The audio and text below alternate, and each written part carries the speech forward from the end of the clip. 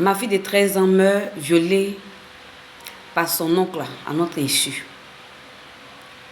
Mon beau étant à l'intérieur du pays, demande à mon mari de venir à Abidjan pour pouvoir faire certaines courses et passer aussi un concours. Et vu que c'est le beau, je n'ai pas trouvé d'objection, c'est quelqu'un que nous connaissions bien. Mon mari m'en a parlé. Je lui ai dit qu'il n'y avait pas de problème, mon beau pouvait venir. Je précise que mon beau a la trentaine révolue. Et quand il est arrivé, on n'a que 3 pièces dans la chambre. On a une maison de 3 pièces, 2 chambres salon. Donc dans la 2 chambres salon, il y a une chambre que nous occupons et la 3e chambre est accordée à nos enfants. Mais vu que l'oncle est âgé, on ne peut pas permettre à nos enfants de dormir dans la chambre et à l'oncle de dormir au salon, au beau de dormir au salon. C'est ainsi que j'ai fait un lit à part à côté du lit superposé de mes enfants où l'oncle dormait. Donc l'oncle avait sa place et mes enfants avaient leur place. J'avais 3 enfants, 2 filles et un garçon. Et ma dernière a pris ma corpulence. Elle est potelée, elle est grande de taille. Elle était en classe de CM2 lorsque l'oncle arrivait dans la maison.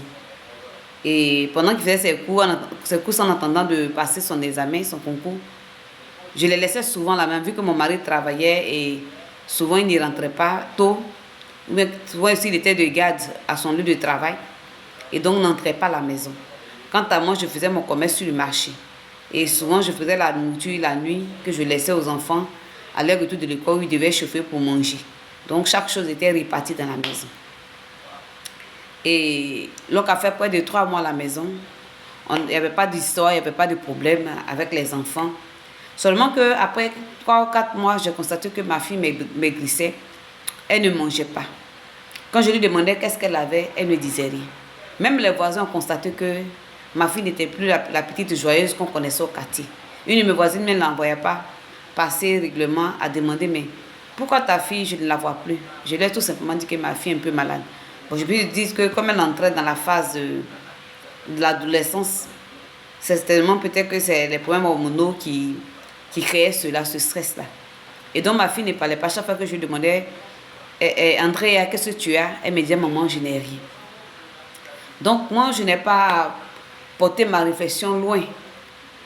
Je suis allée à la pharmacie, j'ai payé des médicaments, des douleurs, parce qu'elle aussi elle avait commencé à passer ses menstrues. Donc je lui ai acheté des comprimés pour l'aider à ne pas sentir les douleurs parce qu'elle avait commencé à avoir des règles douloureuses. Et donc, malgré les médicaments que je payais pour elle, sa santé s'empirait. Donc, je ai décidé, avec l'accord de son père qui était arrivé, on l'a fait à son lui a demandé. Elle a dit qu'elle n'avait rien. Mais tu dis que tu n'as rien, mais pourtant, c'est pas, tes pieds s'enflent, ton visage s'enfle, et puis tu maigris, tu ne manges pas. Elle ne voulait même plus partir à l'école, comme s'il y avait quelque chose qu'on lui avait enlevé. Donc nous sommes restés dans cette atmosphère-là, on payait les médicaments, nous-mêmes à la pharmacie qu'on veut lui donner, pensant que c'est les règles, puisqu'il y a des filles, quand elles ont leur premier menstrues, elles ne se sentent pas bien, elles ont des malaises, elles ont vraiment des choses comme ces états enceintes. Donc on n'a pas pris ça au sérieux. Jusqu'au jour où une voisine la voit pour me dire, ah, ma voisine, tu m'excuses de m'ingérer dans vos affaires privées, mais ta fille là, il y a quelque chose qui ne va pas en elle. Fais en sorte que elle voit un médecin urgemment, parce que quand je regarde dans ses yeux, je ne vois plus la vie. Et cette dame, c'est une servante de Dieu. Et comme ça, la maman et le papa ont décidé d'un commun accord de se libérer l'un de leur travail et puis d'aller accompagner la petite. On envoie la petite à l'hôpital. Qu'est-ce qu'on constate? La petite a été à plusieurs reprises violée. Il y a quelqu'un qui a abusé d'elle. Et ses parties intimes ont commencé à pourrir. Ça a commencé à dégager de fausses odeurs. Et c'est à l'hôpital que c'était découvert. Les docteurs ont pris l'enfant, on a dit à la maman que, on m'a dit que c'était déjà trop tard, que les plaies, les infections qu'elle a eues là, il y a longtemps que ça date, elle a caché ça. Donc bien qu'on a lavé ses entrailles, on a essayé de la nettoyer, lui donner des médicaments. Ma fille n'a pas pu supporter ça, ma fille est décédée. J'ai vraiment pleuré parce que c'était ma dernière et après cette grossesse-là, je n'ai plus jamais pris de grossesse parce que la petite ait 14 ans. Donc, avant qu'elle ne meure, on lui a demandé qu'est-ce qui s'est passé. Puis on était encore à l'hôpital, elle n'était pas encore décédée. Qu'est-ce qui se passe? C'est à l'école, elle a eu ce problème, quelqu'un l'a violée. Qu'est-ce qui n'a pas marché? Parce que c'est vrai qu'on n'avait pas le temps, mais à chaque fois, je veillais sur mes enfants. Je leur posais des questions sur ce qui se passait à l'école, si elles rencontraient des problèmes, s'il y a des gens qui les provoquaient. Vraiment, ma fille est beaucoup timide, donc elle ne me disait pas. Avant de mourir, ma fille m'a simplement dit que c'est son oncle, l'oncle qu'on a hébergé chez lui, qui l'a violée. Quand il l'a violée, il sortait avec elle, il lui disait ne pas dire à ses parents. Au fait, ma fille faisait plus vieille que son âge. Donc, il lui a dit de ne pas dire aux parents que si elle lui a dit, il va la tuer. Donc, ma fille supportait un autre enfant, elle souffrait. C'est un enfant de 13 ans, 14 ans, qu'est-ce qu'elle sait? Donc, il a abusé de la petite à ce qu'elle décède. Donc, avant qu'elle ne décède là, nous, on l'a fait à soi pour lui demander. C'est-à-dire que la petite, voilà ce que la petite dit, tu dis quoi? Il voulait nier. Et puis la petite a dit, tonton, c'est toi qui as fait ça. Et quand je voulais dire aux parents là, tu m'as dit de ne pas leur dire, sinon tu allais me tuer. Maintenant, comme les docteurs disent que c'est trop tard, que je sais que je vais mourir bientôt, je préfère que tu dises la vérité à mes parents. Au moins, ils sauront qui a fait ça. Que sinon, là, je ne sais pas ce qu'on appelle garçon. Quand je mets à l'école, il m'a mis mes amis. Et puis, je revenais à la maison. Quand tu es venu ici, la première fois, tu as mis ta main sur ma bouche. Tu m'as dit de ne pas crier pour ne pas que les gens entendent.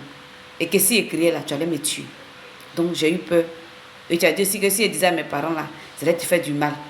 Donc, tout ça là, c'est resté en moi. J'ai gardé. Donc, la jolie petite fille là, elle est décidée comme ça, cadeau. Donc, j'aimerais parler aux parents. C'est vrai, mon frère, ma soeur. Souvent, quand vous allez dans des familles et puis les gens préfèrent leur famille nucléaire là. Ce n'est pas par méchanceté. Souvent, c'est pour préserver la vie de leurs enfants. On ne peut pas demander à un vieux d'aller dormir dans la chambre des petites filles. Et c'est vrai qu'elle avait 3 enfants. Il y avait un garçon et 2 filles. Mais c'était risqué, mais c'est son oncle là. La Bible dit que l'esprit de Dieu, l'esprit de l'homme est bien disposé, mais la chair est faible. Il a vu la petite comme une grande fille. Peut-être que comme elle est pucelle, il s'est dit qu'il allait être le premier à la connaître. Mais comment un homme peut faire ça? Comment un homme peut faire ça? Donc la Seigneur de Dieu l'a vu un jour, elle lui demande, mais madame, ta fille là, je la vois plus. Elle dit, hey, ma soeur en Christ, ma fille est décédée. Qu'est-ce qu'elle a eu? C'est son oncle qui l'a violée.